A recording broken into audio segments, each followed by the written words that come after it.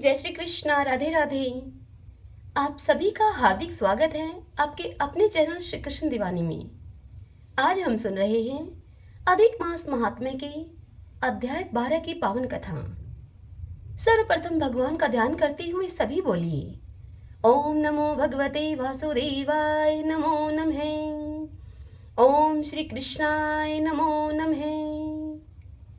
पिछली कथा में हमने सुना था मेधावी ऋषि की वह कन्या जिसने भगवान शंकर के निमित्त कठोर तप किया।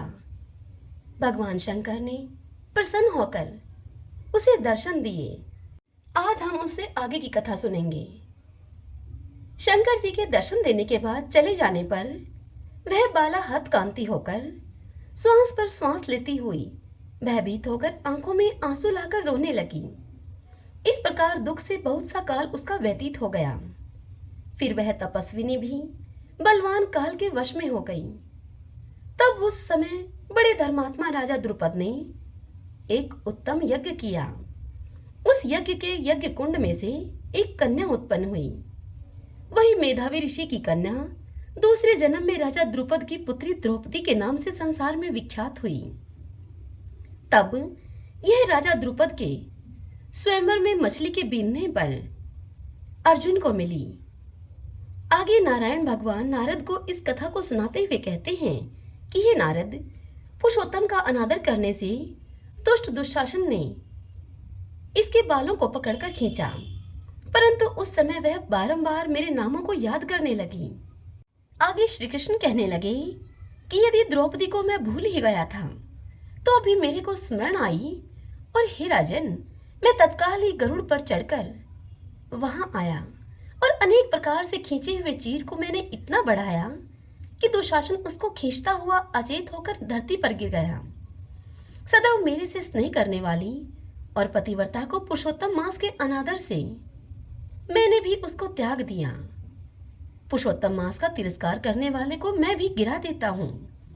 इसलिए सब प्रकार से पुरुषोत्तम मास ऋषियों और देवताओं को भी सेवन करने योग्य है। फिर मनुष्यों को तो अत्यंत ही मनोवांछित फल देने वाला है। इसलिए आने वाले पुरुषोत्तम मास की तुम आराधना करो, अब सब कुछ अच्छा ही होगा। श्री नारायण भगवान नारद से इतनी कथा कहकर आगे कहते हैं कि हे नारद, इस प्रकार श्री कृष्ण द्रौपदी और पांडवों को समझाकर द्वारकापुरी जाने की इच्छा से बोले कि हे राजन युधिष्ठिर, अभी विरह से व्याकुल द्वारकापुरी को मैं जा रहा हूँ। ऐसा कहने पर भगवान प्रेम में मगन होकर पांडु पुत्रों को धीरे धीरे लौटाकर द्वारिकापुरी की ओर चले गए। आगे श्री नारायण नारद जी से कहते हैं कि हे नारद, श्री द्वारिकानाथ के द्वारिका जाने पर युधिष्ठिर अपने भाइयों के सहित तप करते हुए तीर्थों में विचरण करने लगे। हे नारद, श्री भगवान के प्रिय पुरुषोत्तम मास को युधिष्ठिर अपने मन में धारण करके और श्री कृष्ण का वचन स्मरण करके अपने भाइयों और द्रौपदी से इस प्रकार बोले। वे बोले, आहो, आप सबने पुरुषोत्तम मास का महात्म्य सुना है। पुरुषोत्तम को बिना पूजे कोई कैसे सुखी रह सकता है। इस लोक में वही पूज्य, वही धन्य और वही श्रेष्ठ है जो अनेक प्रकार से भगवान पुरुषोत्तम को पूजता है। इस प्रकार वे सब तीर्थों में विचरते हुए पुरुषोत्तम मास के प्राप्त होने पर विधिवत उसका व्रत करने लगे और पांडव 14 वर्ष व्यतीत हो जाने पर श्री कृष्ण भगवान की कृपा से एकंटक राज्य को प्राप्त हुए।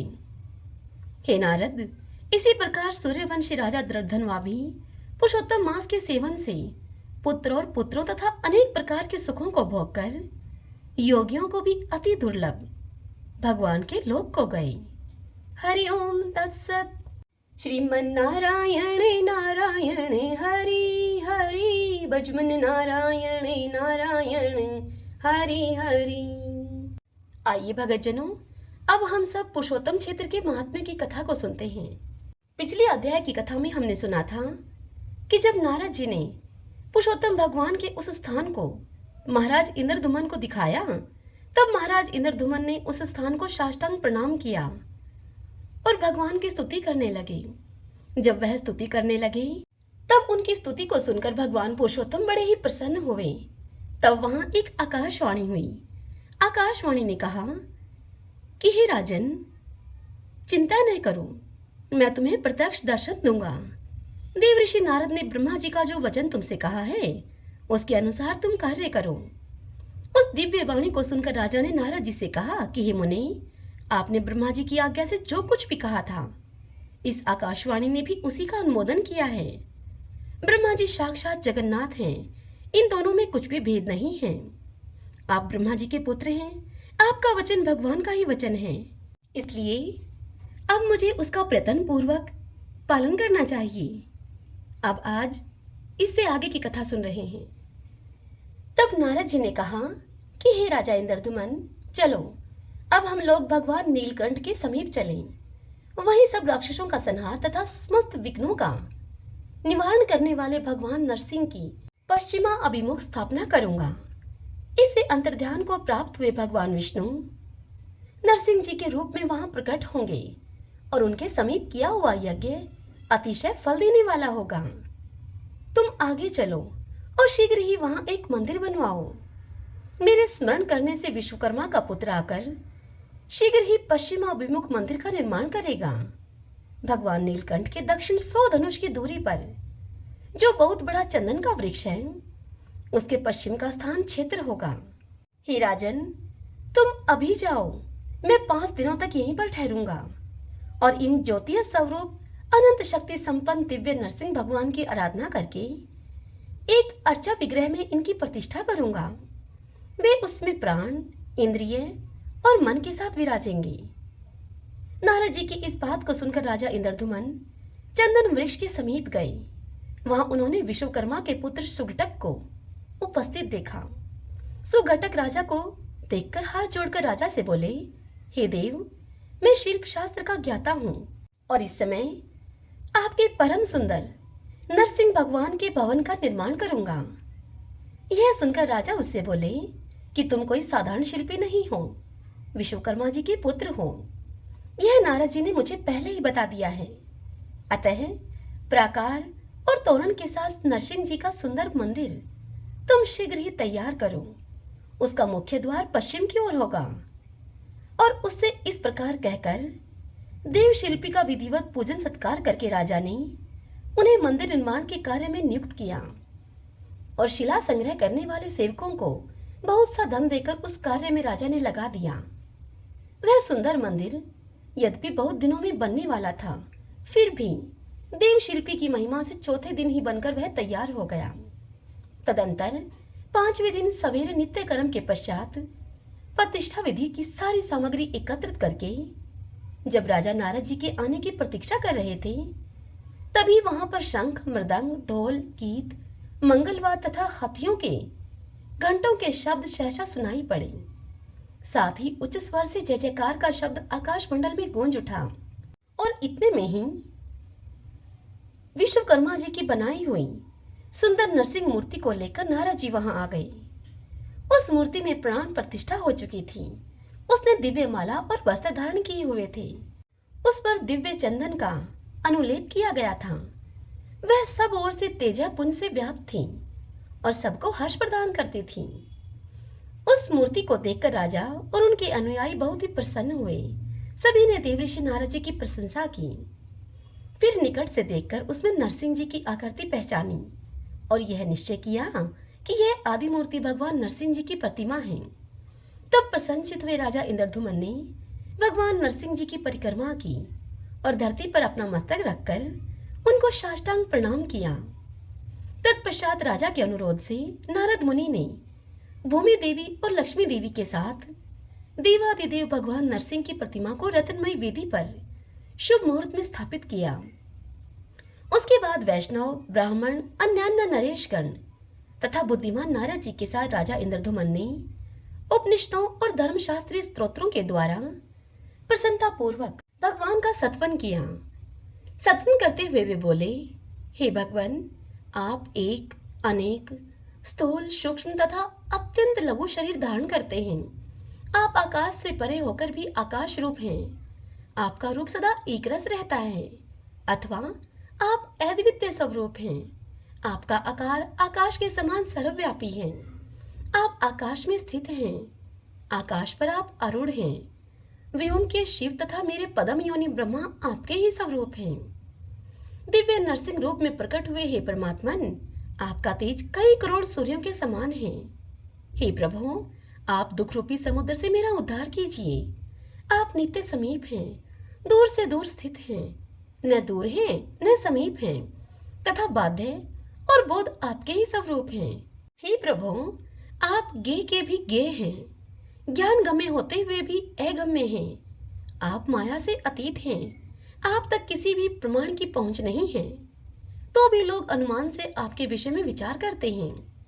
आप सबके आदि, सबके कर्ता, सबको अनुमति प्रदान करने वाले तथा सबके पालक और संहारक हैं। हे विश्व साक्षिन, आपको नमस्कार है। आप ज्योति स्वरूप, ज्ञान रूप, प्रकाश पुंज, व्यूह आकार और सृष्टि के हेतु हैं। दुखों के विनाश करने के एकमात्र कारण होकर भी आप वस्तुतः कारण नहीं हैं। सबके संशयों को छिन्न भिन्न करने के लिए आप सबसे पहले प्रकट हुए हैं।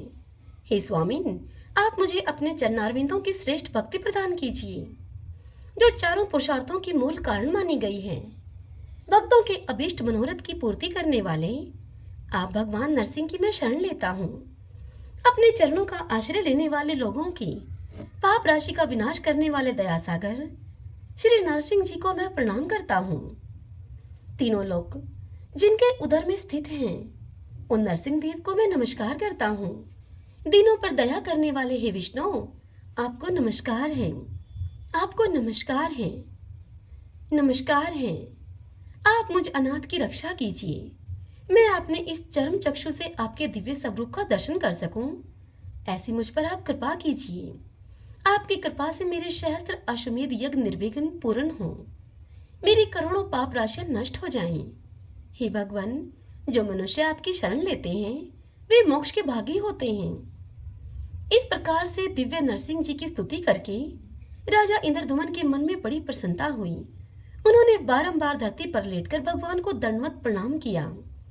जो लोग इस स्तोत्र से दिव्य नरसिंह जी की स्तुति करते हैं, उन्हें भगवान नरसिंह मोक्ष प्रदान करते हैं। ज्येष्ठ माह के शुक्ल पक्ष की द्वादशी तिथि को स्वाति नक्षत्र के योग में महर्षि नारद जी ने उस क्षेत्र में दिव्य नरसिंह देव की स्थापना की है।